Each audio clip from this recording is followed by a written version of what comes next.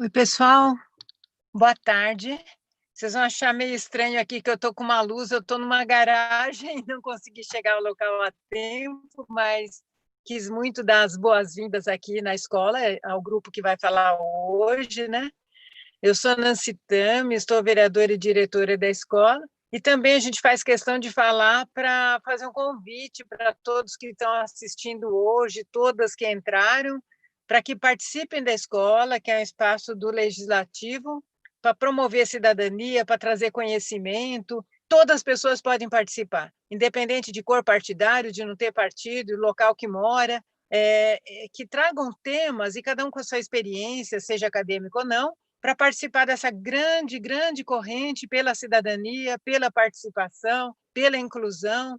E hoje é com muita alegria, eu vou até dar uma olhadinha aqui, a gente traz um tema do pessoal que algumas já participaram conosco, um tema que, nossa, está ficando cada vez mais evidente a importância, e também todos que se inscreveram vão receber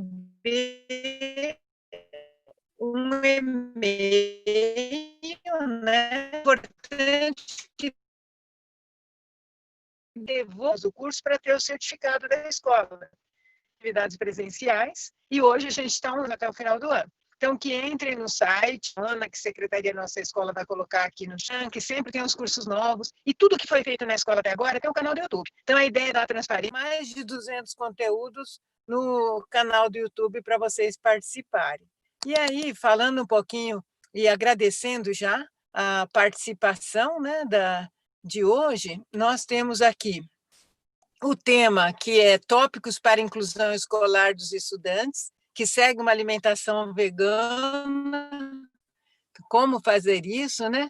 Nós temos as integrantes aqui do coletivo Acolhimento Alimentar, que, nossa, durante o mandato me ajudaram muito, aprendi muito com elas, a Érica, a Heloíse, a Aniele, a Thalita, e hoje, muito obrigada, doutora Tatiana Valeroni, que é pediatra e que vem desenvolver o tema para todos nós aí nessa. Agradeço muito, já passo a palavra aí para o coletivo, para a doutora Tatiana, sejam muito bem-vindos e muito obrigada pela colaboração aqui com a Escola do Legislativo de Piracicaba. Obrigada.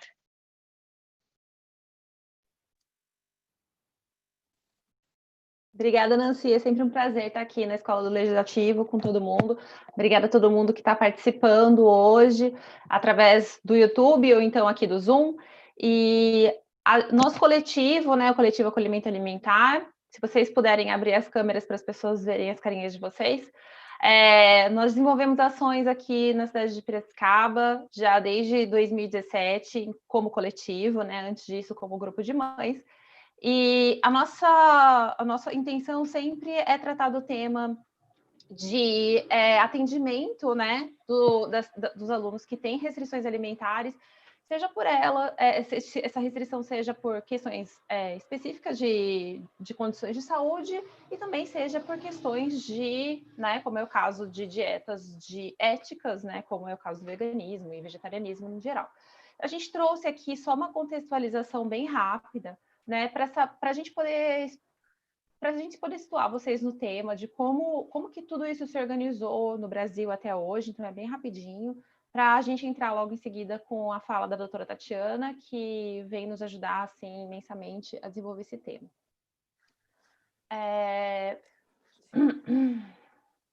Já tá, eu não estou vendo a tela sendo compartilhada ainda, mas já vai entrar.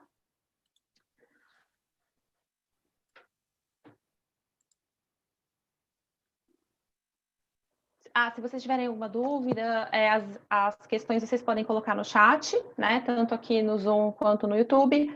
E no final a gente vai responder todas as questões. A doutora Tatiana também vai nos ajudar a responder essas questões. Então, só para contextualizar, pode passar o próximo.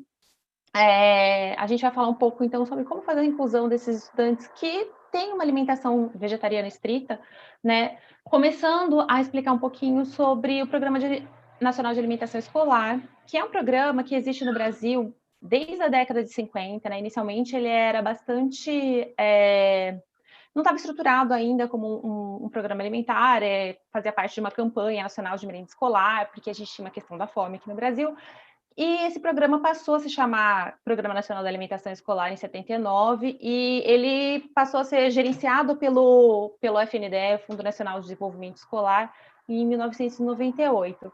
E foi a partir do ano de 95, mais ou menos, que esse programa começou a dar os primeiros passos para se estruturar da forma como ele é hoje, sendo que, especialmente durante os anos de 2003 a 2010, porque a gente tinha aqui no Brasil um programa muito forte, que era o Fome Zero. Então, o PNAE pôde crescer e se solidificar como uma política pública muito importante, de abrangência nacional, que contribui não apenas para a alimentação diária das crianças, mas também com a educação alimentar. Ele funciona como um tema transversal em todas as escolas públicas do Brasil. E inicialmente, a legislação ela era bem precária, mas a partir de 2009 houve uma movimentação muito grande, né? Então, em 2009, a gente teve a promulgação dessa lei 11.947, que é a lei chamada Lei do PNAE, que ela pode ser estruturada devido à relevância do tema da alimentação no cenário tanto nacional, né, quanto internacional.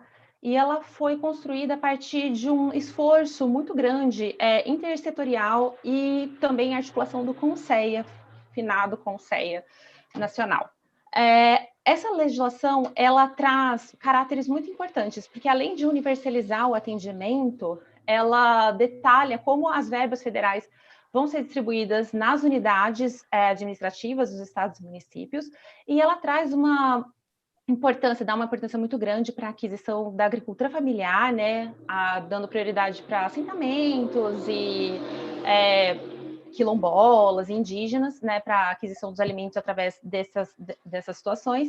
E também ela traz um caráter de fiscalização da comunidade escolar, porque ela cria o Conselho de Alimentação Escolar, que deve ser criado, então, em todos os municípios que recebem a verba federal, e também cria um sistema, né, de fiscalização através não só do CAI, que vai fiscalizar os repasses, vai verificar se esses alimentos que estão sendo adquiridos da forma como prevê a resolução que foi criada, que eu vou falar logo em seguida, e também a qualidade dos cardápios oferecidos, etc. Mas ela também, né, permite que haja uma cascata de fiscalização, onde os membros do CAI, assim como a comunidade escolar, sabem, então, para onde essas reclamações devem ser enviadas, se estiver havendo alguma irregularidade. Pode passar para o próximo.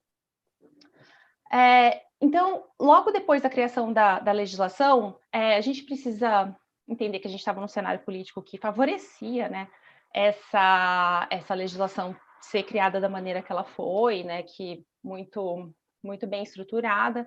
Ela foi regulamentada em 2013, garantindo, então, a universalidade do atendimento, levando em consideração a individualidade dos estudantes, o que é uma coisa muito importante, porque a gente está falando de alimentação que deve seguir as características da alimentação local, né? Ela deve atender às tradições da comunidade local, né? Inclusive para indígenas e quilombolas. Inicialmente, essa legislação, se vocês pegarem a legislação, né, essa legislação do PNAE, ela não falava sobre atendimento de cardápios especiais, mas havia toda uma discussão fomentada por todo um arcabouço que a gente tinha, né, naquela situação, naqueles anos anteriores, e também houve, né, nesse mesmo período, um trabalho bastante interessante de revisão do Guia Alimentar da População Brasileira, e em 2014 foi apresentado um guia que falava pela primeira vez, então, que a alimentação saudável, ela tem como base produtos naturais e produtos especialmente de origem vegetal, né? A carinha do guia é essa, que... Pode passar? Essa é a carinha do guia, vocês podem achar online. Então, pela primeira vez, houve um cuidado de trazer mais informações sobre o que seria a constituição de uma alimentação saudável para a população. Pode passar o próximo. E mais recentemente, em 2019, a gente teve a apresentação desse guia alimentar para crianças menores de 2 anos, e a partir daí ficou detalhado como seria essa alimentação saudável, e nesse guia, que é um documento oficial, pode passar o próximo, estava, então, discriminado em detalhes que as crianças com menos de 2 anos poderiam, sim, ter uma alimentação vegana, vegetariana, né? E todas essas possibilidades. E ter isso, assim, mencionado no documento oficial ressoa, né? Por toda a questão... no arcabouço, na verdade, que a gente já tinha, né? Então, pode passar o próximo. No início de 2020, né? O FNDE publicou no seu site essa nota técnica número 8 de 2019, que informa, então, que as nutricionistas do programa, elas precisam fazer a adequação dos cardápios para atender as pessoas, os estudantes veganos e vegetarianos, né? E como que funcionaria essa adequação? Que ela tem que ser adequada a todos os requisitos nutricionais que são apresentados pela resolução de 2013, né? E também que seria por autodeclaração, né? Então, eu sei, a gente sabe, né, do coletivo, que muitas pessoas, muitas famílias já tentaram obter a alimentação vegana e vegetariana nas escolas e foi negado, mas é importante saber para onde a gente tem que levar essas questões, né, no caso, quando há essa negação, e como que deve ser feita, então, a documentação para que você também, enquanto família, você tenha como cobrar isso de instâncias superiores, né? Então, essa é uma resolução recente, né? E a partir daí, então, a gente pode ter mais força para levar essa discussão dentro dos CAIs e que os CAIs levem essa discussão mais adiante, né, no município. Pode passar. Aqui é só uma fotinha nossa do coletivo onde nos encontrar. Pode passar também, pode finalizar a apresentação. Enquanto coletivo, né, que a gente pôde observar nesses anos que a gente trabalha aqui em Piracicaba para atendimento inicialmente dos cardápios das crianças que tinham restrições alimentares, é que existe muito desconhecimento de quais são as legislações, como que isso pode... para quem que a gente tem que levar as reclamações. Então, as famílias que nos procuram, a gente orienta que essas famílias procurem os CAIs, toda cidade que recebe verba do governo federal precisa ter um CAI instituído. Às vezes, a gente sabe que isso não acontece, mas então é necessário procurar o serviço de alimentação escolar, documentar que você está fazendo essa solicitação, né? Fazer essa solicitação, ter isso por escrito.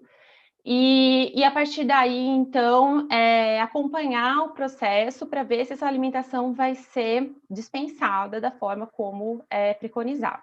Nas escolas particulares, muitas pessoas falam, mas e nas escolas particulares? Eles não têm obrigação nenhuma de fazer, a lei não fala sobre eles? Não é bem assim, né? A escola particular, ela é complementar à educação pública e todo o direito que as crianças da educação pública têm, as crianças que estão matriculadas nas escolas particulares também têm.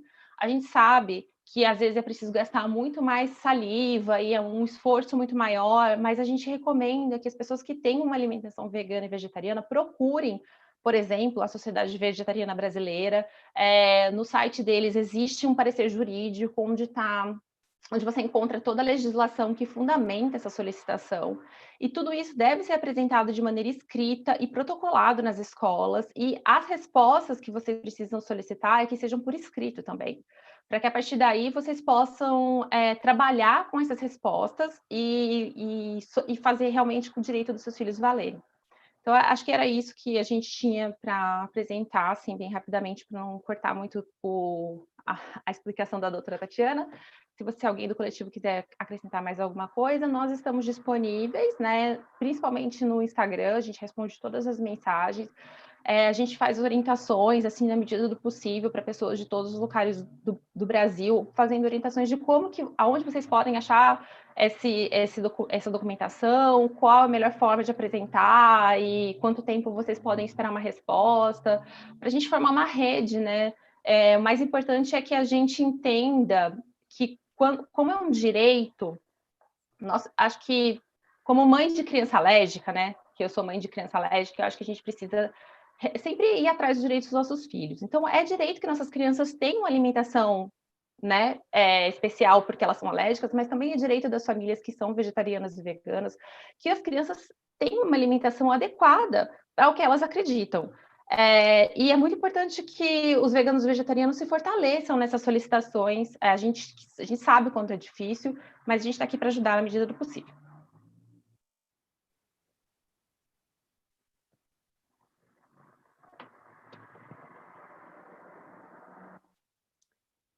Elô, acho que você falou tudo e a gente pode passar a palavra para a Tati.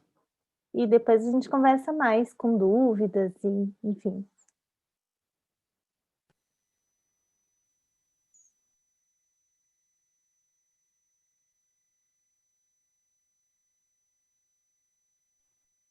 Tati está sem som.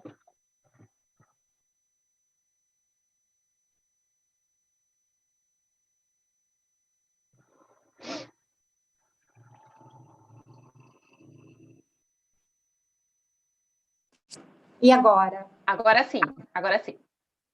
Tá ouvindo bem? Sim. Sim? Então tá. Bom, eu gostaria de agradecer o convite. É sempre um prazer estar com vocês aí, esse grupo que eu acompanhei um pouquinho desde o começo, né? Desde que vocês se fortaleceram aí como grupo e a formação do coletivo. E para mim é um prazer poder, né, mesmo que minimamente, contribuir com esse tema, né, tão relevante,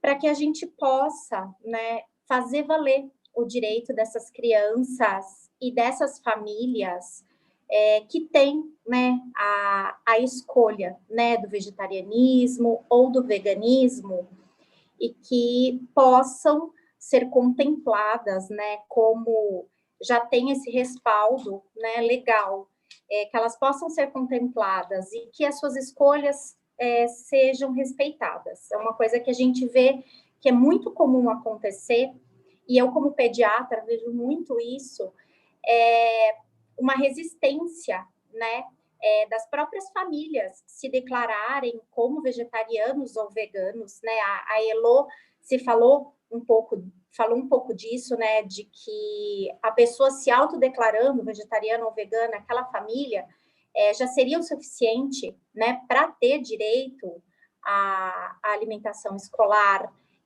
adequada, né? Para as escolhas daquela família. A gente vê que, em muitos casos, as famílias não fazem isso e acabam optando por procurar algum médico, pediatra que acompanhe a criança, alguma nutricionista, e fazendo algum atestado ou fornecendo algum documento, tentando enquadrar essas crianças como um alérgico alimentar. Então, eu acho que isso é uma questão fundamental para os vegetarianos e para os veganos, que é a gente se fortalecer, né, como grupo, entender que essa é uma escolha de algumas famílias e que essa escolha se estende aos seus filhos, né, que tem toda uma fundamentação ideológica para isso e que é factível, é saudável, é possível e a gente precisa, né, lutar para que esse direito seja assegurado, né? Então, uma das coisas que eu vejo muito relato, a gente tem um grupo lá dos médicos vegetarianos, são famílias que procuram, né? Olha, faça, por favor, uma declaração que meu filho não pode comer nada de origem animal por conta de um quadro alérgico, ou faça uma declaração que meu filho não pode nada de origem animal. Não, a gente tem que fazer valer o direito e baseado na escolha, tá? Então, isso eu acho que é uma das coisas fundamentais nesse momento, tá? Da gente ter essa clareza que é a escolha, é o direito, e a gente tem que lutar para que esse direito seja respeitado, né? Já tem amparo na legislação, a Elô falou isso, né, um pouquinho na introdução. Então, eu vejo o nosso papel como não só trazer o conhecimento, levar para essas famílias, né, elas saberem que elas têm o direito. Uma das coisas que eu vejo muito, né? E que às vezes as famílias acabam procurando. Ah, mas se souber que o meu filho é vegetariano, se souber que o meu filho é vegano, vai obrigar a comer a comida da escola, e aí que vão fazer ele comer carne e eu não quero. E não, né? A criança tem esse direito assegurado, o adolescente tem esse direito assegurado, e é importante, sim, que as famílias se declarem como vegetarianos, como veganos. Uma outra coisa que eu acho fundamental é a questão da adequação, né? A adequação da alimentação escolar para atender essas crianças, né? Não é simplesmente pegar um cardápio que é montado para atender um grupo de crianças e excluir a carne, né? Muitas vezes isso não vai ficar adequado, isso precisa de um planejamento, né? E a gente tem não só as diretrizes, né, do próprio FNDE em termos de macro, micronutrientes, quantidade de hortaliças, até que a Elo colocou no slide, mas a gente precisa ter essa adequação. Então, isso pode ser feito em conjunto, né, com a família, com a nutricionista, de repente, responsável pelo cardápio aí da prefeitura, né? Nós tivemos um caso agora aqui em Piracicaba mesmo, no começo do ano, em que a gente se reuniu junto com o CAI, a diretora da escola, a família, a nutricionista da prefeitura, para a gente fazer uma adequação, né? Então, é importante que a gente se assegure de que vai suprir as necessidades da criança, né? É importantíssimo aí um ser que está em desenvolvimento, a gente não quer que essa criança fique em risco nutricional por estar na escola, pelo contrário, ela tem direito a ter uma alimentação adequada, né? E que a gente tenha sempre, então, o grupo, né? Do cereal, da leguminosa, né? Que é o grupo dos feijões, que é uma coisa super da nossa cultura, né? O arroz e feijão é uma coisa da cultura do brasileiro, é uma combinação do ponto de vista de aminoácidos essenciais muito boa para fornecer as necessidades, né? Em termos de proporção de aminoácidos, né? E o grupo das leguminosas sendo a principal fonte de proteína. E eu gostaria de ressaltar uma questão também. Às vezes a gente vê muito, é vegetariano, então vamos pôr proteína de soja, né? É uma das coisas que, às vezes, é o primeiro pensamento, mas a gente também precisa pensar que pode ser que tenha alérgicos nessa escola, tá? Então, não necessariamente a soja, a proteína de soja é um alimento que sofre um processamento, né? E vai um pouco contra as recomendações para alimentação saudável para as crianças, né?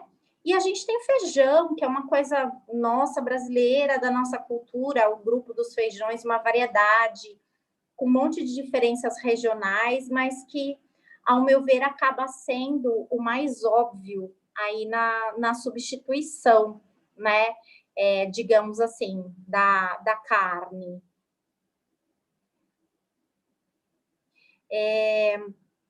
Eu acho que muitas famílias, a gente acaba tendo conhecimento que tem dificuldade e que não conhecem, né, qual o caminho procurar, para quem fazer a solicitação. Então, é muito importante isso que a Elo falou. No próprio site da Sociedade Vegetariana Brasileira, a gente tem, para as crianças que frequentam escolas particulares também, tem como as famílias protocolarem. A gente tem o Guia Alimentar da População Brasileira, das crianças abaixo de 2 anos. A gente tem os próprios guias, os pareceres da Sociedade Vegetariana Brasileira, né? Que tudo isso tem notas técnicas que respaldam não só a solicitação, porque a legislação respalda, mas respalda que isso pode ser adequado, pode ser saudável, né? Que se for bem planejado, não tem prejuízo algum. E é importante que as famílias saibam disso para poder estar fazendo a solicitação. Alguém que está acompanhando as perguntas, como é que a gente vai fazer? Espera aí. Nós estamos acompanhando as perguntas. Já tem algumas. Quer começar já? Podemos, eu acho que a pergunta movimenta um pouco mais. Tem uma questão lá do YouTube, vou começar por ela. Tá. A Thalita vai me ajudando. Da Adriana Raumann. Se o veganismo pode ser considerado uma necessidade alimentar especial?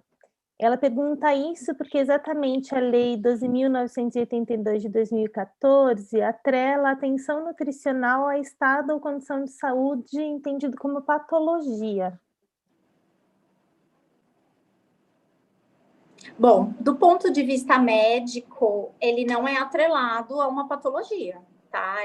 Na verdade, a alimentação vegetariana e vegana, ela é uma escolha pessoal, familiar, né? Diferente da criança que tem uma alergia alimentar, né? É uma patologia que, dentre os tratamentos, em alguns, nas alergias alimentares, a gente tem a questão de restrição de alguns alimentos, faz parte de que essas crianças não sejam expostas. No caso do vegetarianismo e do veganismo, não, é uma escolha. E só para complementar, na Política Nacional de Alimentação e Nutrição, a gente tem a definição do que seriam as necessidades alimentares especiais. E ali está bem claro que essa definição ela se aplica a condições de saúde específicas, e tem até quais são elas. Então, está tudo determinado dentro dessa legislação. Uhum. Então, assim, resumindo, não é uma necessidade alimentar especial, mas não significa que não tenha uma legislação dentro da própria Programa Nacional de Alimentação Escolar que atenda a essa especificidade, que é o que estamos conversando hoje. E essa importância que a doutora Tatiana falou, de a gente tratar as coisas com seus diferenciais dentro dos direitos de cada uma. Então, o que a luta pela inclusão alimentar das crianças com necessidades alimentares especiais pode ajudar a inclusão das crianças veganas na escola os caminhos todos que foram traçados e como a gente se organizou para poder ter essa inclusão. E aí essa troca é interessante, mas sem que precise ter uma mistura, né, de uma definição com outra.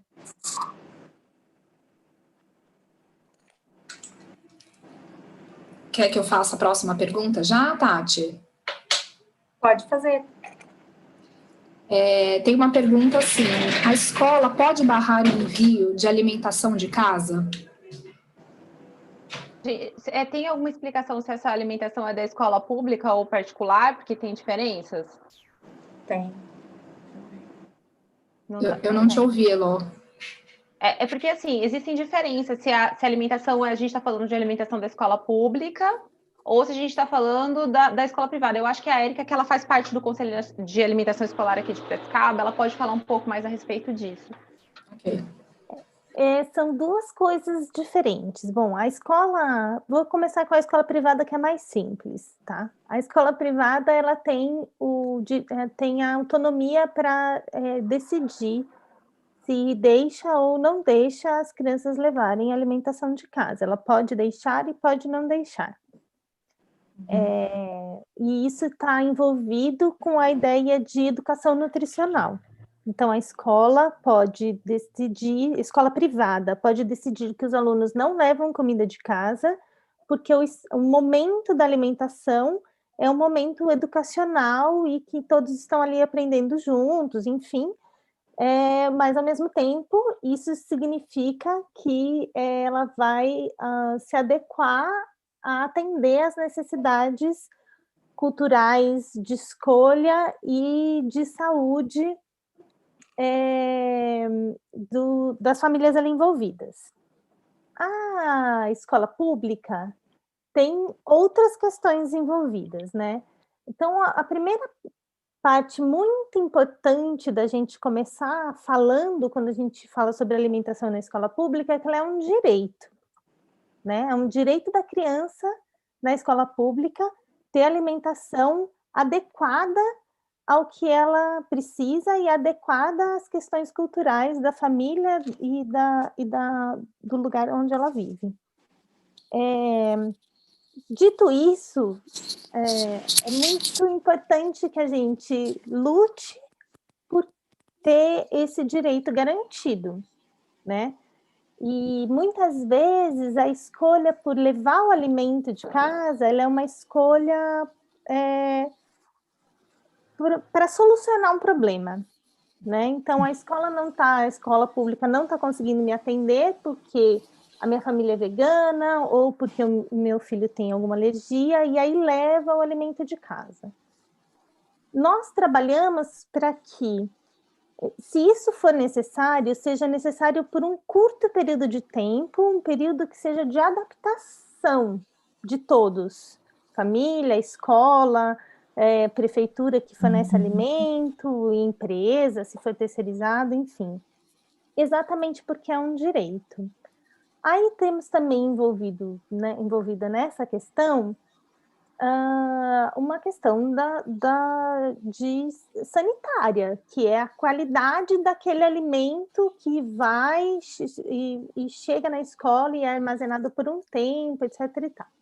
Então, dentro da escola pública tem essa importância de que isso seja, acho que dentro de todas as escolas, mas tem de que isso seja feito muito corretamente para que não tenha nenhum risco daquele alimento estragar ou alguma coisa. Então, tem essa questão muito complexa de gerenciamento, não é?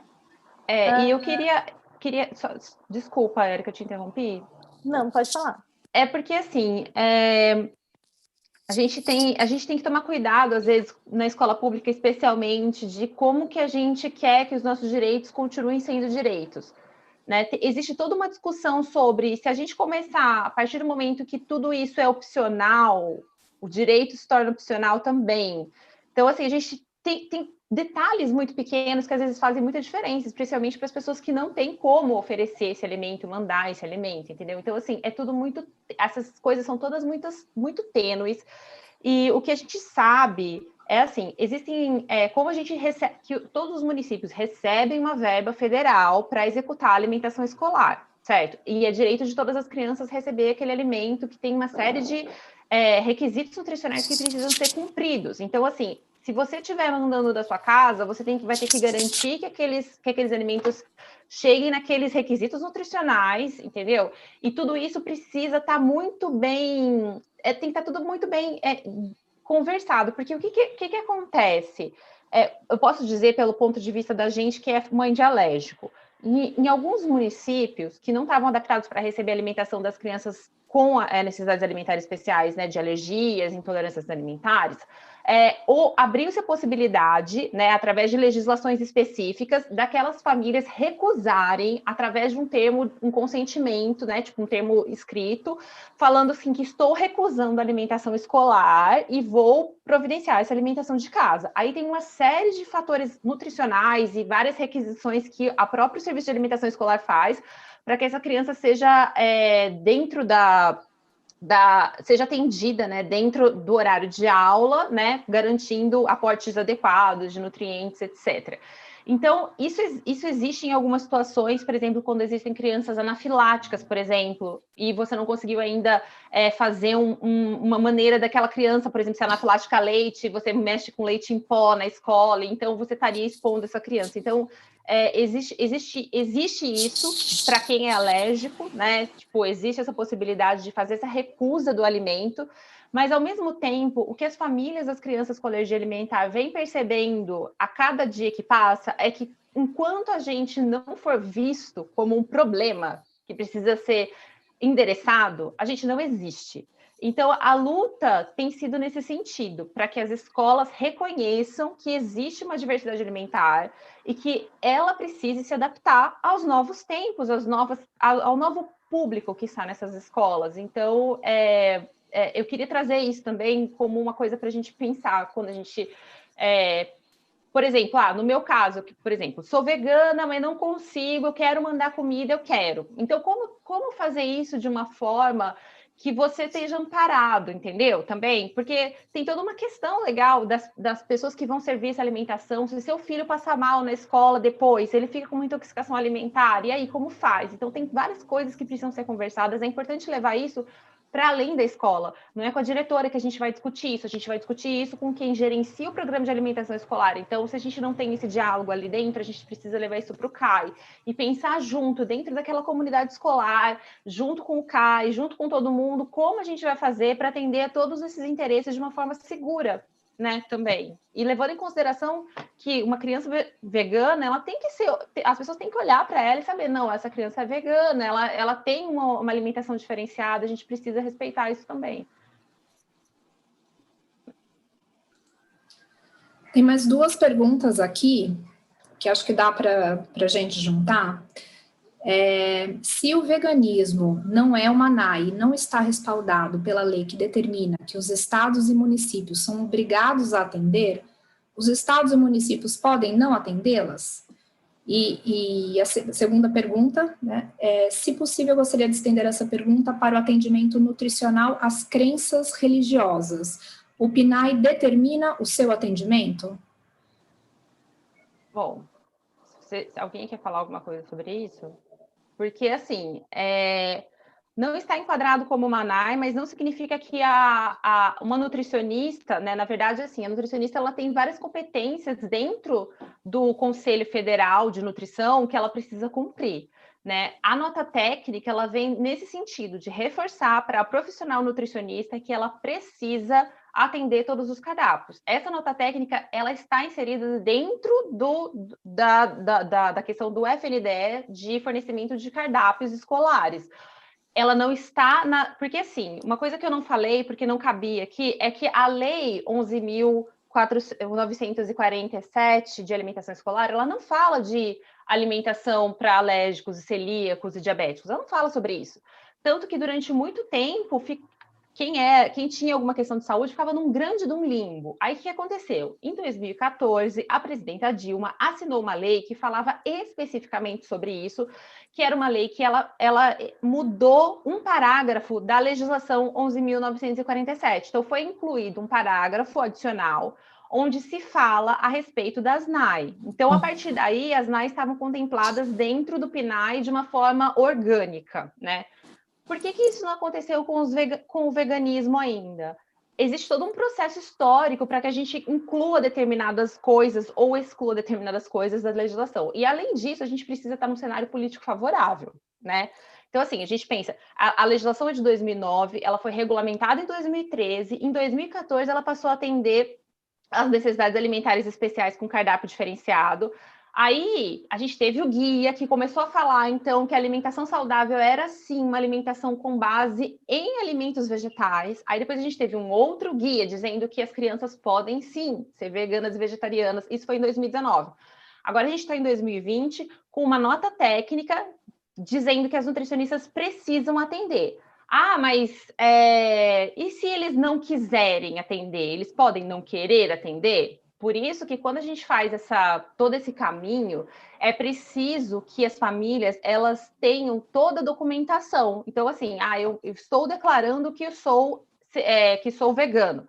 Então, você tem que levar essa documentação na escola, protocolar isso na escola e mandar isso para a coordenação de alimentação e nutrição. A coordenação de alimentação e nutrição, ela vai fazer uma consulta, né, para os SECANI, vai ver dentro das possibilidades desse atendimento que eles fazem na região, se eles vão poder atender essa recomendação ou não. Mas aí, como a própria doutora Tatiana estava falando, é muito difícil adaptar o cardápio para uma realidade vegetariana e vegana?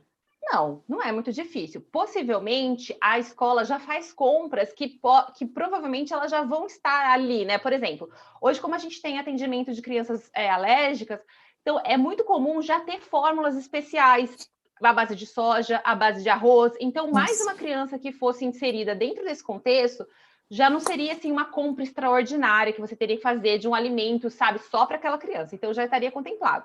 Ah, mas aí compra só um tipo de feijão, a gente não compra outro tipo de feijão. Isso é tudo uma coisa que a gente pode adaptar com os alimentos que a gente já tem em estoque e depois, a partir desse, né, de receber essa criança, poder ampliar esse leque de coisas, né?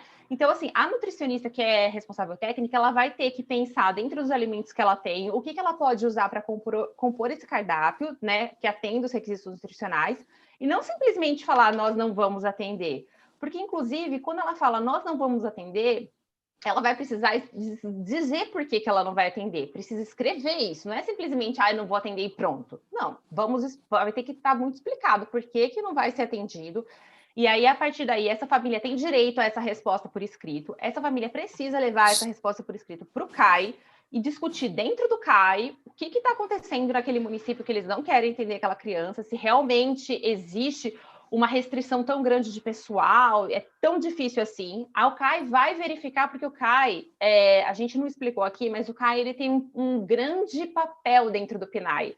É o controle social do programa. Então, assim, as pessoas que estão ali dentro do CAI, elas estão preocupadas com que a alimentação ela seja universalizada, né? E fora o CAI, a gente também tem os conselhos municipais de alimentação e nutrição que cuidam da segurança alimentar e nutricional. Então, assim, a gente tem que levar essas discussões para níveis superiores, além dos portões da escola. E quando você começa a levar essa discussão para cima, a tendência é que o seu questionamento passe a ser olhado de outros olhos, que as pessoas vão começar a olhar aquela movimentação, vão querer entender o que está acontecendo, e a partir daí você ganha visibilidade, né? E para você conseguir levar esse pleito mais adiante, e o que a gente, enquanto coletivo que fala de alimentação, de cardápios especiais, pode dizer, é que o atendimento do primeiro cardápio é sempre mais difícil. Sempre vai ter mais dificuldade de atender a primeira requisição. Depois disso, quando tudo já está organizado para fazer esse atendimento, é mais simples. Então, assim, tem muita resistência? Tem. Tem que gastar muita saliva? Tem. Mas, no final das contas, acaba que a gente acaba conseguindo. E numa situação onde, por exemplo, tudo seja negado para essa família, ela vai ter que ter tudo isso documentado, as atas do CAI onde isso foi discutido e levar isso na Defensoria Pública. A partir do momento que a gente tem um direito sendo negado, porque existem outros dispositivos constitucionais para que seja oferecida alimentação de acordo com não só apenas com o veganismo, mas também com religiões que essa pessoa professe. É necessário que você não pode simplesmente pegar uma pessoa que tem uma determinada religião que não permite que ela coma carne de porco e obrigar aquela criança a comer carne de porco. Então, é necessário que a gente tenha esse entendimento e que a gente vá buscando, vá galgando esses espaços, buscando esses caminhos para que as pessoas nos enxerguem, nossa, olha só, os veganos enchendo o saco, fazendo barulho. Tem que ser assim, é assim que a gente conquista os direitos no Brasil. Uma pergunta para a doutora Tatiana. Que adaptações simples podem ser feitas no cardápio escolar para atender as crianças veganas? Bom, isso vai depender muito das refeições que essas crianças fazem na escola, né? E também a questão da idade, né? Então, se é uma criança de 1 ano, se é uma criança de idade pré-escolar, se é uma criança de idade escolar, e quais as refeições que essa criança vai estar fazendo na escola, né? Então, se essa criança vai ter almoço e jantar, mas basicamente aquilo que a Elo falou e que assim, dentro do que tem na escola, muitas vezes é possível. Se tiver boa vontade, né? Se estiverem realmente dispostos a atender essas crianças, combinações simples e que estão presentes, né? Então, já dentro das compras da escola, né? Então, como eu falei, o arroz, o feijão, né? Uma verdura verde escura, um legume amarelo. Então, todas essas coisas, uma fruta fonte de vitamina C para melhorar, otimizar a absorção desse ferro vegetal, tudo isso, né? Às vezes a escola já tem, às vezes, arroz, feijão, laranja, couve e cenoura, sei lá, e abóbora, né? Então, e desde que você esteja atendendo essa criança, você pode alinhar, então, assim, olha, vou diversificar a leguminosa, olha, aqui eu só tinha o feijão carioca, mas, de repente, até questão de preço, de atender a questão das compras de agricultura familiar, de assentamentos. Então, olha, aí eu tenho... e a gente tem muitas diferenças regionais. No Nordeste eu tenho o feijão fradinho e eu tenho um feijão de corda, entendeu? Tá dentro, né? Então, a gente tá respeitando o regionalismo, tá respeitando a escolha da família, e a gente tem que criar ali as possibilidades dentro daquilo que a nutricionista tem disponível e do que também pode ser solicitado, né? Então, como a Elo falou, se é uma criança aí abaixo de 2 anos, de 1 ano, que faz uso de fórmula infantil, se essa escola já tiver uma fórmula para atender, por exemplo, uma criança alérgica, vai ser só um. Às vezes a escola tem, sei lá, 5 crianças alérgicas e vai ser uma vegana, por exemplo.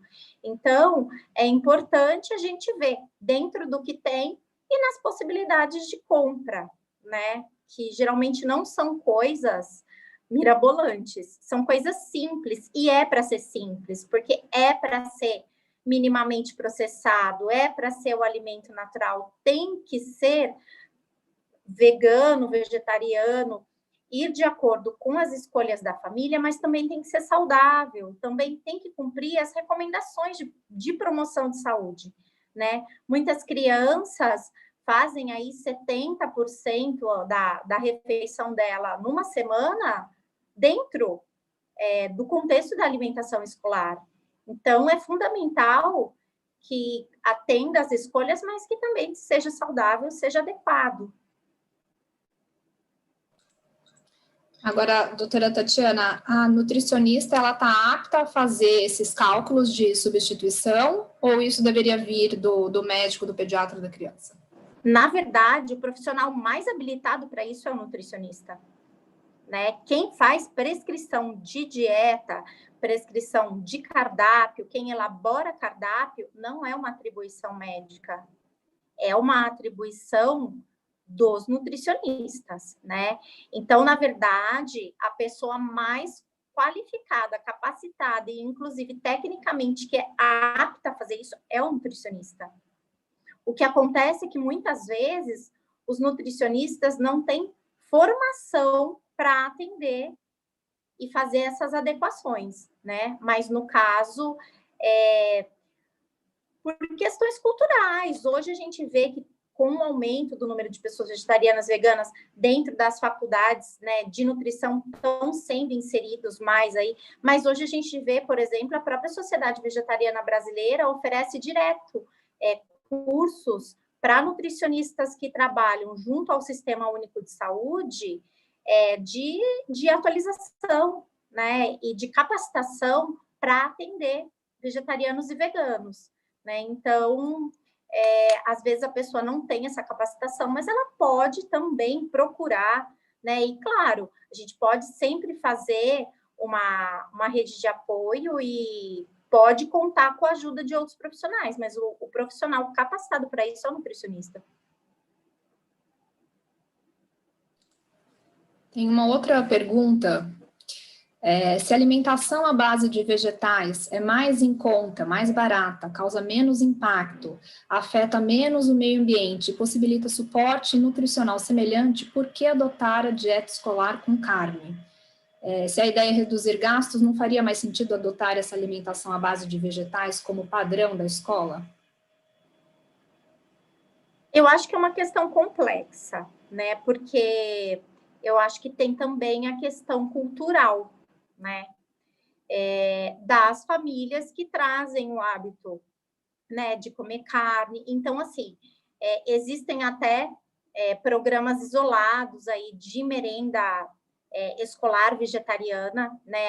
Inclusive, a Sociedade Vegetariana Brasileira, ela dá esse respaldo de planejamento, né? De como oferecer uma merenda escolar vegetariana, exatamente levando em conta a questão de impacto ambiental, né, de questão de saúde, de custo, enfim.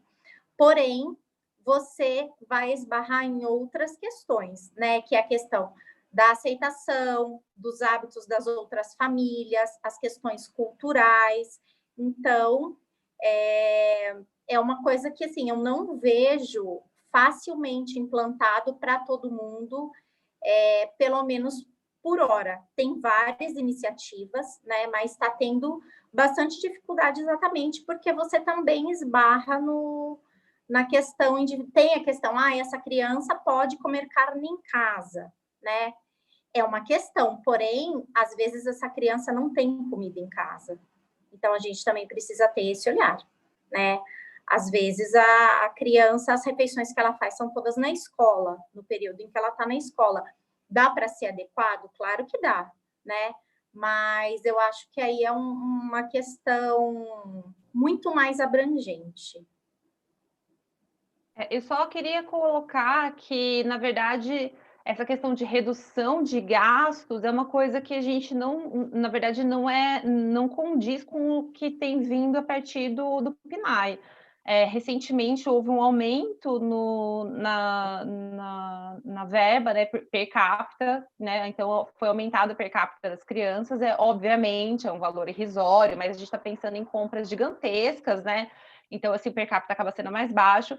E o que eu pude acompanhar durante pelo menos até o ano de 2017, 2018, comecinho de 2019, é que as pessoas que estavam, né, na coordenação do PNAE, elas explicavam que muitos municípios acabam nem utilizando toda a verba e reprogramando essas verbas para o ano seguinte.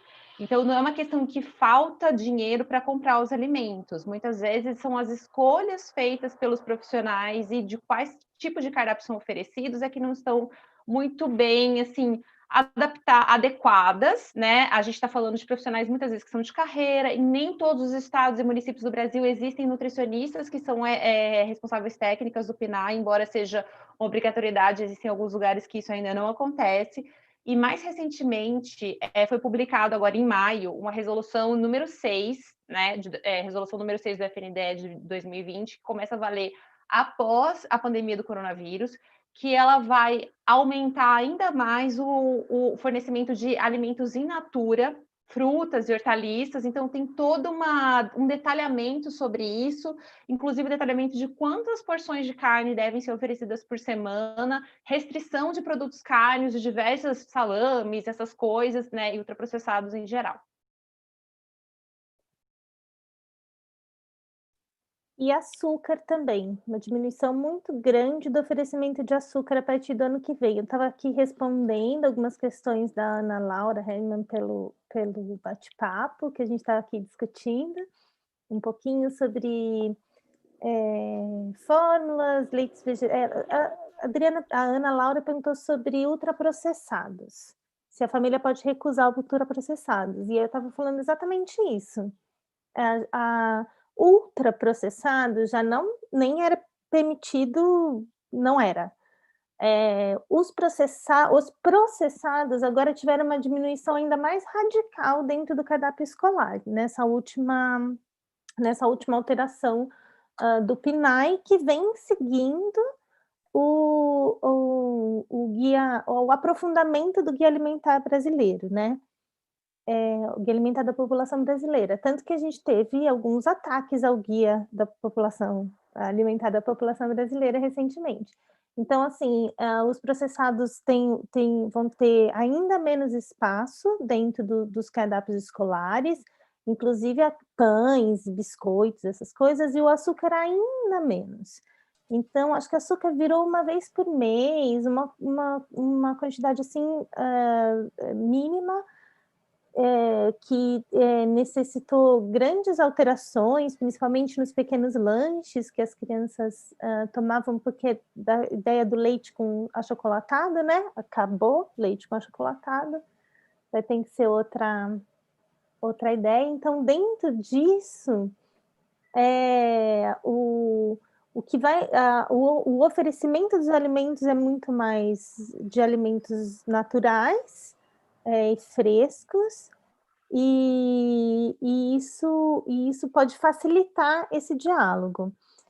se não é a realidade de algumas escolas de alguns municípios, é porque precisa de uma movimentação da população para que isso seja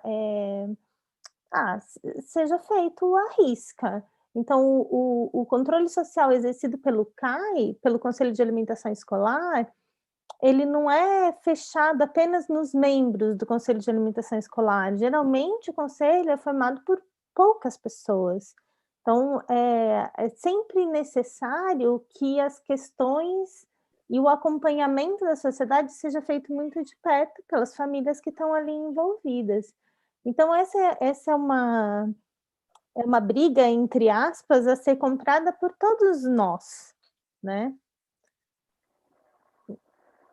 Mas a legislação, ela é excelente nesse sentido.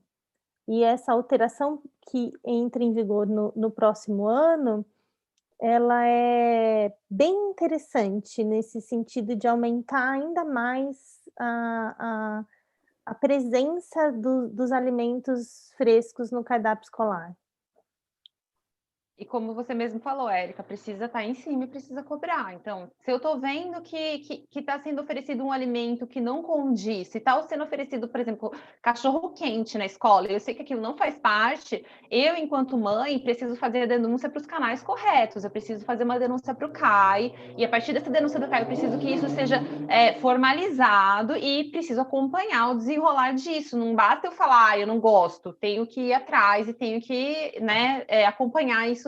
Muitas vezes, quando eu falo isso para as pessoas falam assim, nossa, mas a escola não tem dinheiro nem para comprar papel higiênico, vocês não estão querendo demais? Aí eu digo, mas você sabe que o dinheiro para comprar papel higiênico vem de uma fonte e o dinheiro para alimentação escolar vem de outra fonte. Existem formas de a gente fazer acompanhamento de tudo que está acontecendo na escola dos dois jeitos, a gente precisa se envolver. E eu acho fundamental que a gente, como sociedade, se posicione, né, e exerça esse controle, né, porque existem os mecanismos como o CAI, né, que vai ter um controle social, e as famílias, né, que veem essas inadequações, tem que se posicionar, tem que denunciar, e se a gente tem uma legislação e está sendo fornecido uma alimentação que não é condizente, a gente tem que reclamar, tem que ir atrás. É o que a Elô falou, é o chato que está lá reclamando de novo, sim, é o chato que está reclamando de novo, porque está inadequado, né? Por exemplo, quando eu reuni lá com a nutricionista, ela falou assim, eu posso, então, colocar uma bolacha maisena sem leite para uma bebê de 1 ano? Não pode, porque o guia diz que a criança abaixo de 2 anos é 0 porções de açúcar. Isso ainda não tinha tido essa nova regulamentação. Então, não pode. Né? Então, a gente... né? Poxa, mas ela já está adequando para ser vegano, você ainda não vai querer que tenha a bolacha maisena ultraprocessada cheia de açúcar? Não vai ter, não é para ter, né? Então, eu acho fundamental que as famílias exerçam esse controle também. E só para falar uma coisa a respeito do controle, às vezes a gente esbarra em questões locais, assim, às vezes a gente percebe, pode acontecer em muitas cidades, da gente ter uma dificuldade de diálogo com o CAI, porque o CAI ele é formado por pessoas que fazem parte da comunidade escolar, são pais de alunos, funcionários, né, e professores, e também representantes do poder municipal. Então, pode ser sim que a gente encontre problemas e esbarre nos poderes locais, principalmente em cidades onde isso é muito engessado. Então, a alternativa é fazer toda a documentação do problema, todo mundo precisa estar munido com a documentação. Como eu documento? Você pega o caderno de recado do seu filho, que ele manda todo dia para a escola, você escreve lá, porque aquele caderno ele precisa ser vistado. Então, você escreve tudo que está acontecendo, deixa registrado, entendeu? E aí, a partir disso, você leva a sua denúncia você leva para o CAI, você não teve sucesso do CAI, você pode fazer uma denúncia no Sistema de Ouvidorias Federal, que é uma plataforma online que está disponível na internet. Você coloca lá, procura lá FNDE, você pode reclamar de tudo. Você procura FNDE, você manda sua manifestação ali e eles vão analisar o embasamento que você está fornecendo, e aí, a partir disso, se couber, eles fazem um ofício, e eles encaminham esse ofício em cópia para o prefeito e para o CAI, e eles têm um prazo para responder aquela manifestação, e você vai sendo informado se aquilo vai dar andamento positivo ou negativo, e a partir disso também, além disso, você pode fazer denúncia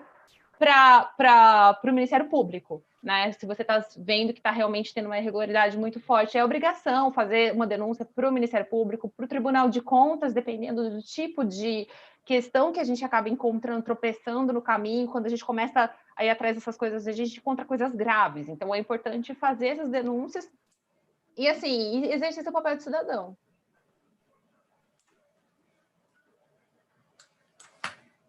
Acho que sobre ainda essa questão das substituições, tem uma pessoa que pergunta se a suplementação ela não poderia ajudar, por ser de mais fácil armazenamento. Acredito que, não sei se foi isso que ele quis dizer, mas no caso das dietas vegetarianas ou veganas, imagino que ele esteja se referindo a isso. Mas isso suplementar, ao invés de dar um alimento, dar um suplemento Talvez, alimentar na hora da dieta? Eu não entendi. A suplementação poderia ajudar, por ser mais fácil de armazenamento? Imagino que seja alguma coisa desse tipo. Bom, suplementação não substitui comida, né? Eu acho que, em termos de facilidade de armazenamento, não faz o menor sentido, né? O que essa criança, ela tem o direito a receber o alimento, né? Isso faz parte, e de maneira alguma isso vai estar substituindo a alimentação. Existem algumas suplementações individualizadas que as crianças precisam receber, não só por ser vegetariano ou vegana, ou por alguma fase da vida que a gente tem indicação de suplementação, e quem vai ser responsável por isso é o profissional que acompanha essa criança, né? E isso cabe à família, mas isso não tem relação direta nenhuma com a alimentação que a criança vai fazer na escola. Eu acho que talvez, enquanto política pública de alimentação escolar, a gente tem, hoje tem a resolução de 2013, e ela fala ali quais são os macro e micronutrientes que precisam ser atendidos, né, doutora Tatiana?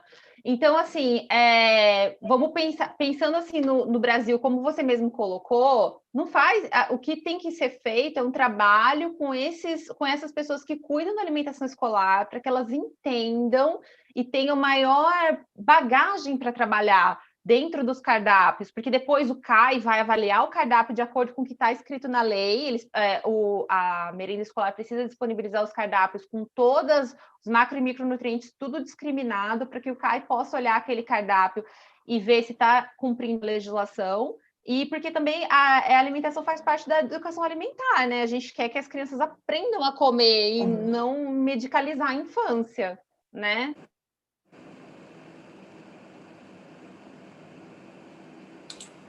Ok, então, basicamente, a suplementação ela pode vir como fonte de recomendação médica, independente se é uma dieta restritiva ou não, mas como a doutora falou, para diferentes fases, né, da vida, mas dentro da escola ela tem que ser alimentos in natura, né, não deve haver suplementação. Lembrando que também, só uma última coisa, que não é permitido que dar remédio para as crianças na escola, assim, tem toda uma recomendação de como, se for ser feito, tem várias legislações de como fazer, em que casos fazer, inclusive essa é uma questão que esbarra muito na questão de vida das crianças que têm anafilaxia, por exemplo. A gente percebe que, por exemplo, mesmo com medicamento de urgência, as escolas se recusam, às vezes, a oferecer, né, estar com esse medicamento lá por causa de uma emergência, imagina, mesmo que seja vitamina C, imagino. E eu acho importantíssimo frisar que o único nutriente que a gente não consegue com uma alimentação vegetariana estrita, ou as crianças que são ovo-lacto-vegetarianas e que também há indicação pela especificidade da fase de vida de suplementação, é a vitamina B12, né? O resto a gente consegue né, através da alimentação, que eu falei, com algumas exceções em algumas fases da vida, mas isso não é pelo vegetarianismo, tá? São questões específicas de suplementações indicadas para crianças abaixo de 2 anos e não tem correlação com o que elas comem, tá? Então, a única suplementação indicada é a da vitamina B12 e quem vai cuidar disso é a família, né? E aí, o que a escola tem que cuidar é que ela receba uma alimentação adequada, né? E dentro desse contexto faz parte, né, a questão da própria educação alimentar, né, que é fundamental essas crianças receberem na escola. Então, suplementação nenhuma vai substituir a alimentação e não faz o menor sentido. Ok. Tem uma outra pergunta sobre teste de aceitabilidade. Então, uma pessoa que trabalha 20 anos numa escola pública e aí percebe que as crianças que levam alimentos são as que não aceitam o cardápio oferecido. Talvez aqui seja sobre as crianças que têm alguma restrição alimentar e não aceitam, de repente, o que a escola oferece. E aí ela comenta que há muita rejeição de alimentos in naturas. Queria que a gente falasse um pouco sobre os testes de aceitabilidade.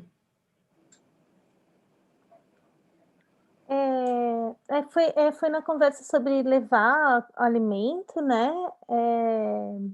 E aí uma das pessoas falou: perceba que as crianças que levam alimentos para a escola são aquelas que não aceitam a alimentação que é oferecida na escola, que principalmente não aceitam os alimentos mais in natura. E como é que são esses testes de aceitabilidade?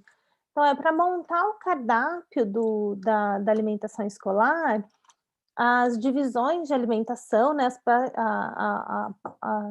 as divisões responsáveis por montar o cardápio, e esses cardápios são construídos por nutricionistas, também precisam fazer o teste de aceitabilidade desses alimentos. Que é basicamente se as crianças gostam e o quanto, né? Assim, obviamente tem alimentos que as crianças gostam mais e alimentos que as crianças gostam menos, mas tem uma variação daquilo que, para não chegar na ideia de desperdício, né? Vai desperdiçar porque não há uma aceitação daquele alimento feito daquela forma.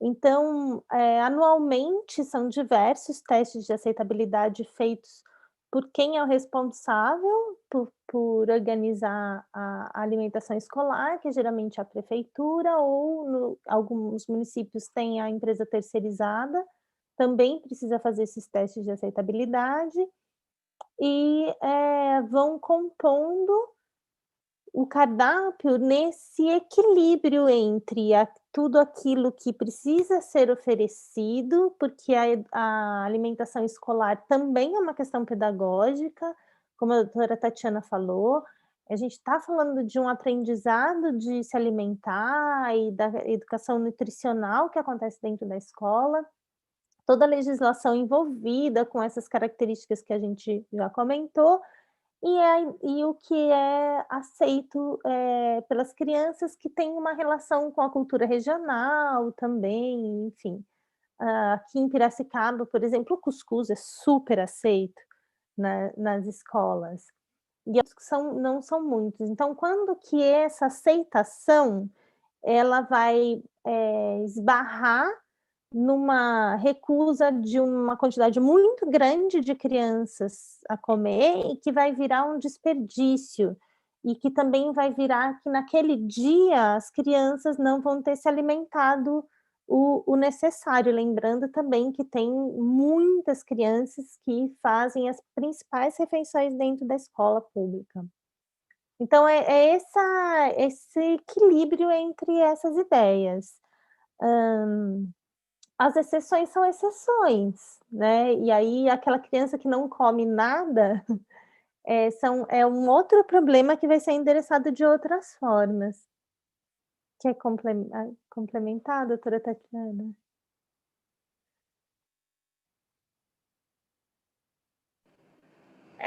Não, acho que é basicamente isso que você falou mesmo, né? A gente tem casos, né, até de doenças que causam, né, alterações sensoriais, né, mas eu acho que isso é um contexto individual e que não tem, né, tanta relação com os testes de aceitabilidade, são coisas diferentes.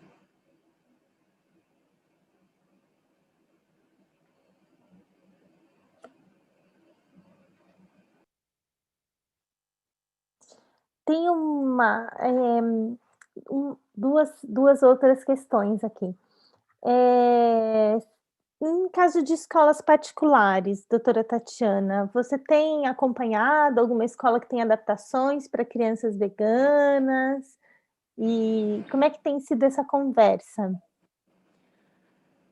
Tenho acompanhado, felizmente eu tenho aí a possibilidade de acompanhar várias crianças que são de famílias veganas e que são veganas, né, no consultório, e acabo, de certa maneira, acompanhando, né, como que são essas questões.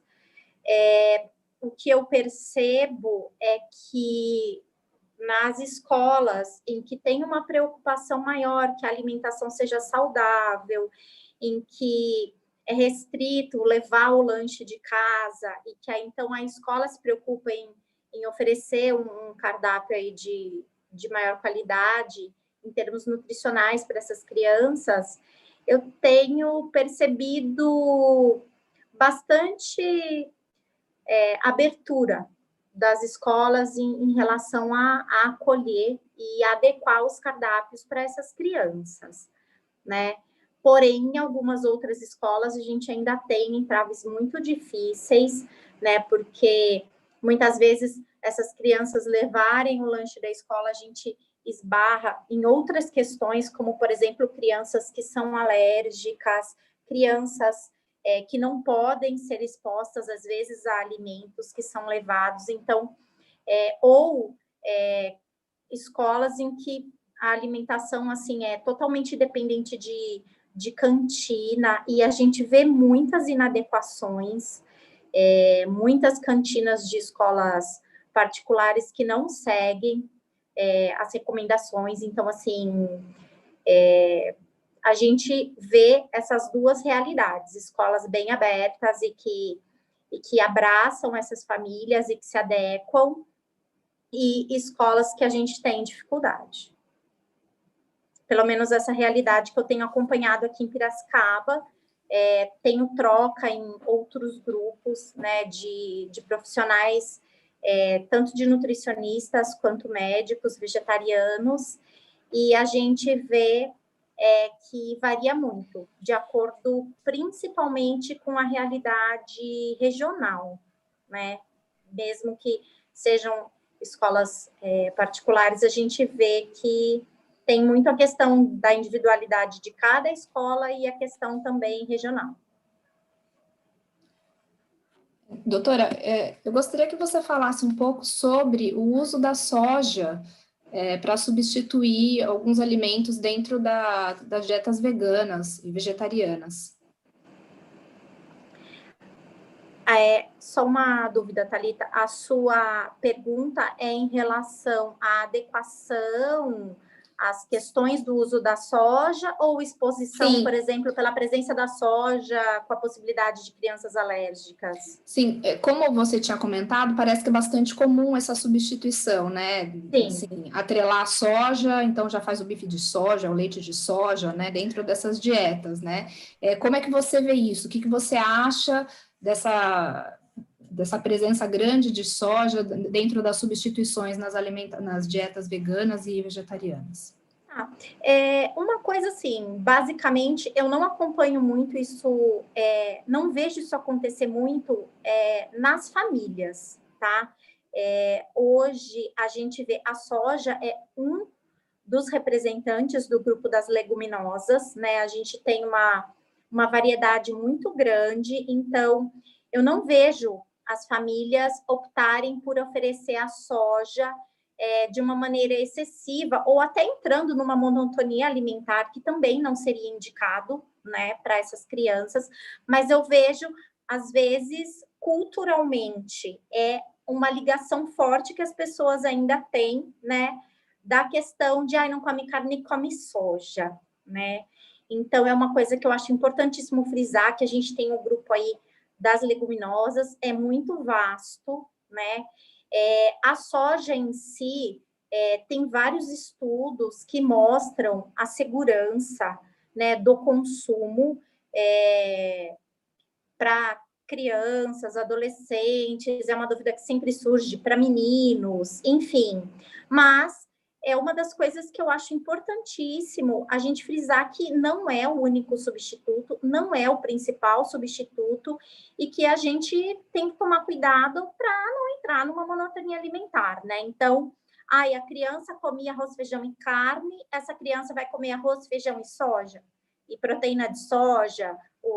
Então, assim, fazer a adequação do cardápio transcende isso, né? Você não pode simplesmente pegar a carne e substituir por um alimento que, entre aspas, tenta imitar a carne.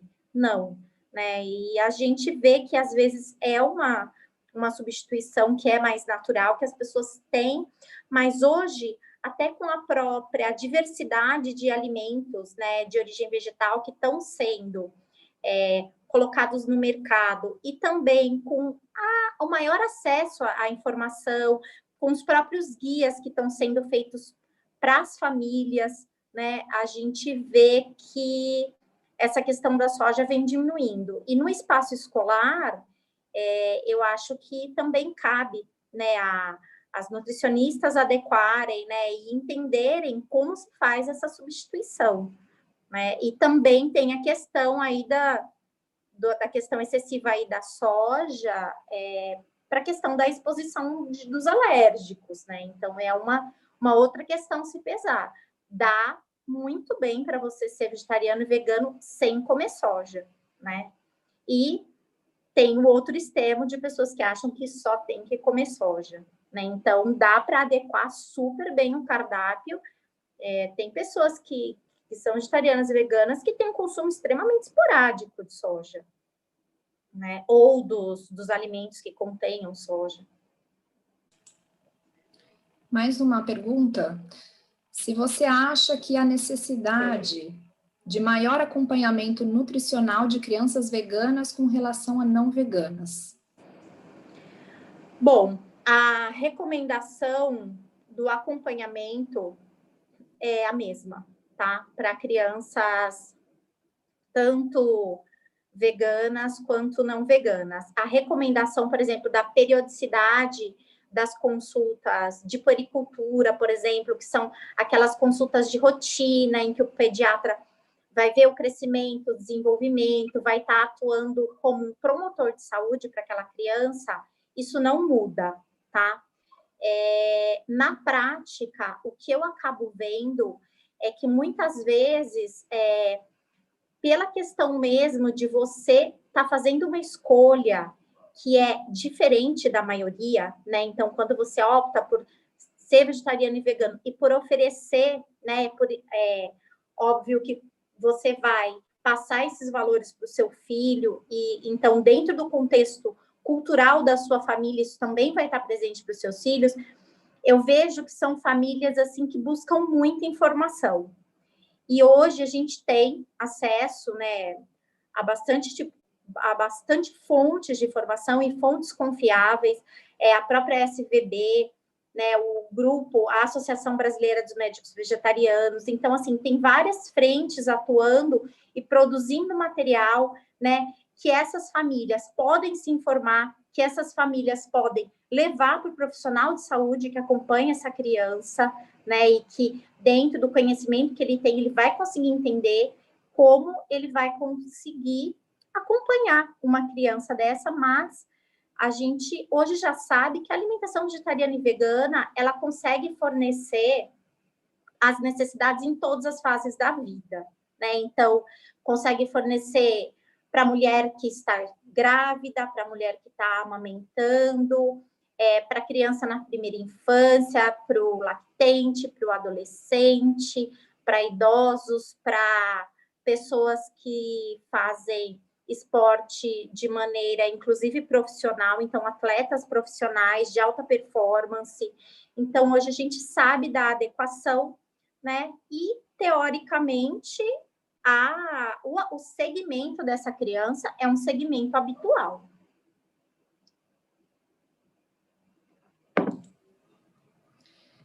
O número de pessoas que têm aderido às dietas veganas e vegetarianas tem crescido, né, nos últimos anos. Você acha que isso é capaz de influenciar uma mudança de cardápio dentro das escolas públicas? A curto e médio prazo, não.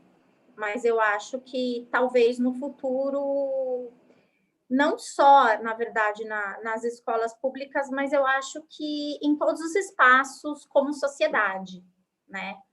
A partir do momento em que você tem, em alguma sociedade, 1% de vegetarianos e veganos, é um olhar. A partir do momento que isso cresce, que se torna 10, 20, 30, a sociedade vai ter que olhar de outra maneira, né? Então, eu acredito que talvez isso mude no ambiente escolar, mas acompanhando a mudança da sociedade como um todo.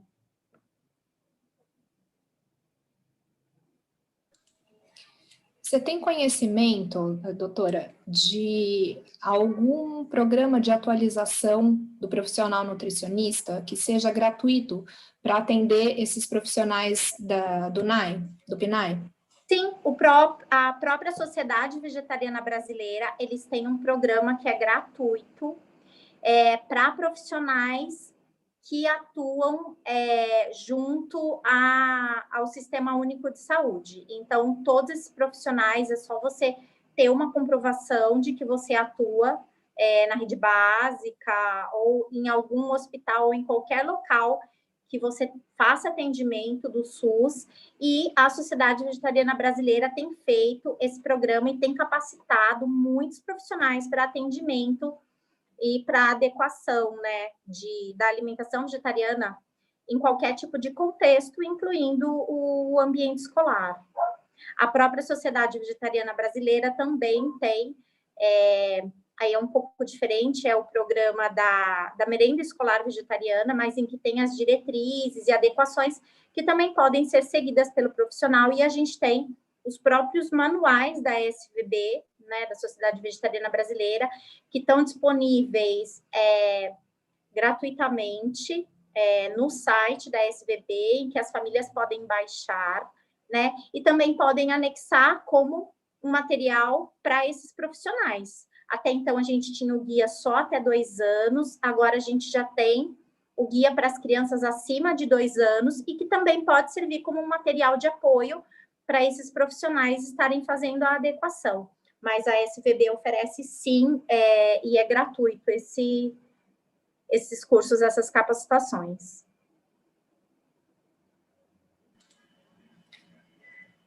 Tem um comentário, na verdade não é uma pergunta. Vejo que muitas famílias abrem mão de criar os filhos veganos por conta da alimentação escolar. A alimentação escolar ela é uma questão pedagógica, né? Então, seria interessante propor que as escolas falassem sobre essas diferenças de alimentação como forma de inclusão. E eu acho assim que... desculpa, pode falar. Pode. Eu só ia falar que eu acho o seguinte, eu acho que a gente está tendo avanços na questão de lei que podem ser traduzidos, sim, para a realidade escolar, pensando que a escola é o primeiro momento de socialização de todo mundo, a partir do momento que nós, enquanto pais, cobramos que essa escola enxergue nossos filhos como tal. Se a gente aceita que na escola é oferecido ovo, carne para criança com qualquer tipo de receio daquela criança ser estigmatizada e tal, e faz uma escolha, opta por essa criança ser atendida como as outras, para que ela se sinta incluída, então a gente está fazendo uma opção também por aquela criança estar ali em um blend com todas as outras, né? Eu acho que quando a gente fala disso, a gente também fala um pouco das crianças que têm restrições alimentares, porque a escola se vê obrigada no momento a trabalhar com uma questão de inclusão que essas crianças não têm opção. Não dá para você falar assim, come aí só de vez em quando, porque essas crianças não podem. Então, a escola se depara hoje com essas questões, a merenda está sendo mudada, e junto com a merenda, as próprias crianças, a percepção delas dos amigos. Então, eu acho que é uma coisa que capilariza, que acaba capilarizando, mas, de novo, esses pais, como a doutora falou no início, precisam dizer, nós somos veganos, nossa família é vegana e nossos filhos vão ser criados veganos, a escola vai olhar para essas crianças, elas são crianças veganas, assim como... Pode falar. Não, pode falar.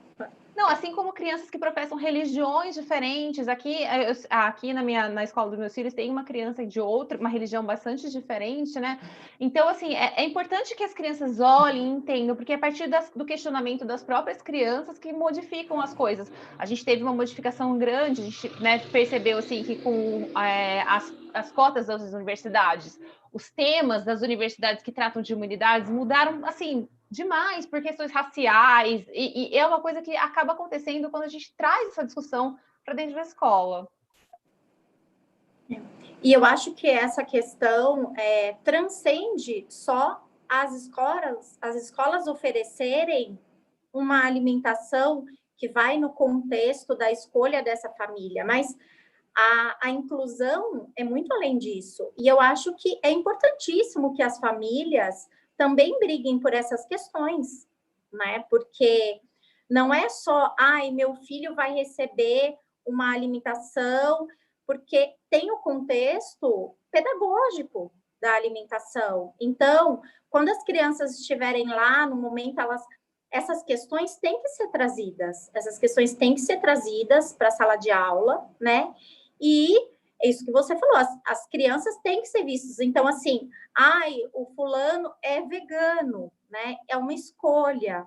E o que é ser vegano, né? Então, as crianças precisam entender essa diversidade em vários contextos, como você falou, por exemplo, pode ter um contexto religioso, por exemplo. Mamãe, por que a festa da tal coisa não vai ser sábado, vai ser domingo? Porque existem famílias cuja religião aos sábados não participam de festas. Isso é importantíssimo, isso é fundamental. É importante ter esse olhar e entender as diferenças do mesmo jeito que vai entender que tem famílias que vão optar por excluir os alimentos de origem animal e outras coisas de origem animal. Porque às vezes a escola vai lá fazer uma atividade com a casca de ovo.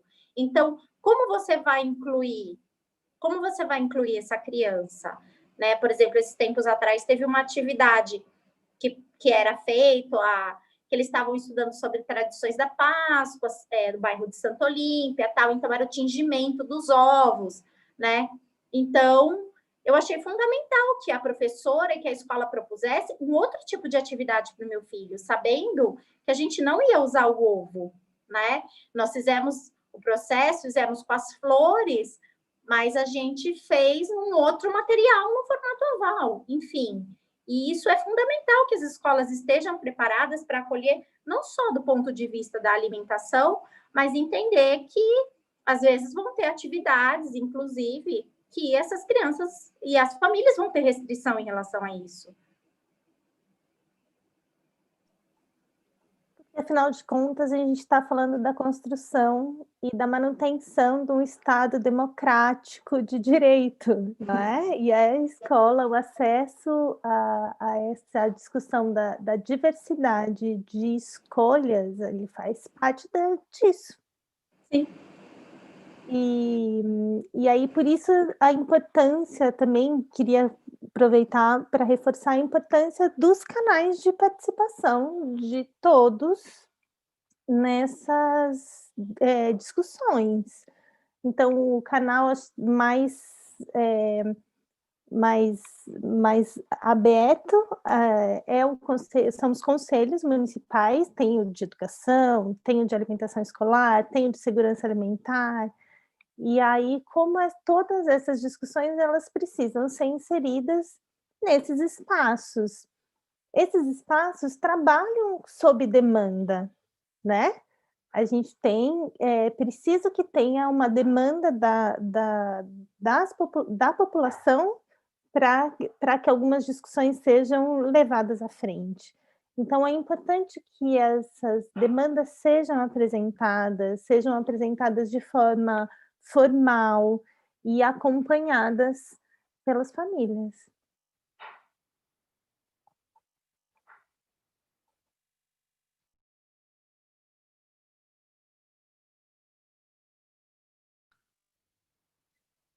A gente não tem mais nenhuma pergunta, né, Thalita? Ai, aqui, nem no YouTube.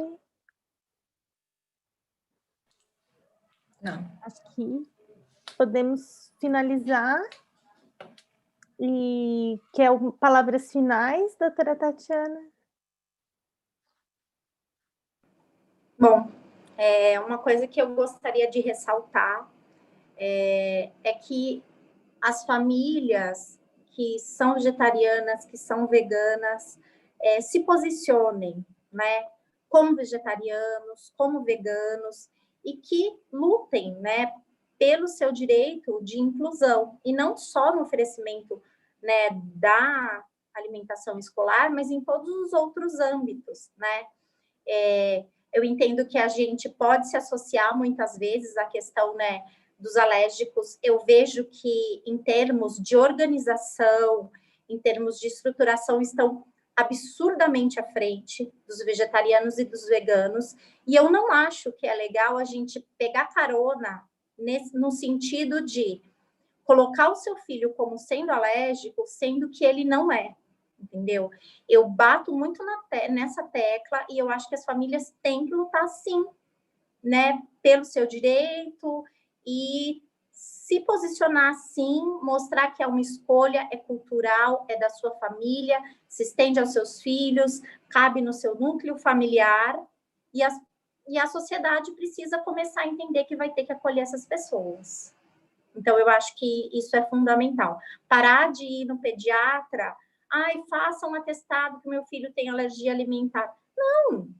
Se posicione, você é vegetariano, você é vegano, vai lá, entendeu? Se posiciona, luta, né, pelos seus direitos, porque isso que a Érica falou é extremamente fundamental. A gente precisa, é sob demanda que esses temas vão aparecer, né? Então, de repente, todo mundo acha assim, mas não tem vegetariano e vegano nas escolas. Tem sim.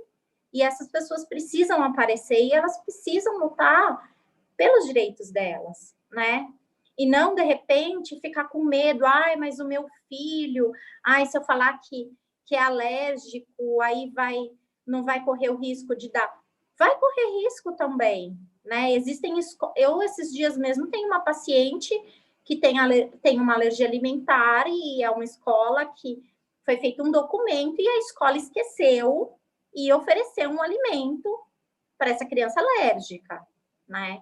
Então, você falar que é alérgico, às vezes as pessoas também não veem com mais seriedade a sua demanda, né? Essa demanda vai ser vista com seriedade quando as pessoas entenderem que isso faz parte dos valores da sua família, que para você isso é inegociável e que você vai querer que o seu filho seja incluído e que você vai lutar para que isso aconteça. É isso. Queria agradecer a oportunidade. Eu acho que é fundamental a gente ter esses espaços, né? Eu, como vegana aí há 12 anos, eu fico muito feliz de ver todas essas mobilizações, essas coisas acontecendo. E eu acho fundamental que a gente se organize e que a gente se apoie. Doutora Tatiana, muito obrigada. Eu só queria reforçar para quem aqui da cidade de Piracicaba, se vocês precisarem se tiverem qualquer problema no atendimento de cardápios adaptados, fala com a gente do Coletivo Acolhimento Alimentar, principalmente no Instagram, a gente responde todas as dúvidas, a gente responde dúvidas de pessoas de todos os lugares do Brasil, acompanha e ajuda conforme a gente consegue. Então, se vocês tiverem qualquer coisa, a gente está aí para vocês. Bom, a Nancy não pôde ficar para o encerramento, Então, vou passar alguns lembretes e, mais de antemão, agradecer, né, a todas as integrantes do Coletivo Alimentar e a doutora Tatiana. Eu acredito que todos nós saímos ganhando muito em termos de informação e de consciência mesmo dos direitos, né, que nós podemos pleitear enquanto cidadão. Eu só queria lembrar aos participantes que, após a palestra, nós iremos enviar uma ficha de avaliação com prazo para ser respondido, e aos que tiverem interesse em receber o certificado, é fundamental que responda essa ficha dentro desse prazo pré-estabelecido. Mais uma vez, né, agradecer a todos os presentes, em especial aos palestrantes, e fazer o convite para que sejam propostos novos assuntos. É sempre muito bem-vindo e instrutivo, né, os temas que vocês nos proporcionam. As meninas querem fazer algum agradecimento? Podemos encerrar? Bom, então era... Gente, só obrigada a todo mundo que participou, e como essa palestra vai ficar salva no YouTube, se vocês acharem que é interessante, compartilhe com as pessoas, compartilhe para essa informação chegar a cada vez mais pessoas, para as pessoas terem consciência que elas podem e que elas devem brigar pelos direitos delas, dos filhos delas, principalmente quando a gente eu vejo muitos adolescentes que são veganos e vegetarianos e não têm apoio, e eles precisam, para eles terem esse direito, eles precisam que a família apoie. Então, vamos compartilhar com todo mundo. Era só isso mesmo, obrigada. É isso aí, Luiz, bem lembrado. Mais uma vez, obrigada a todos e até os próximos eventos da escola. Boa tarde.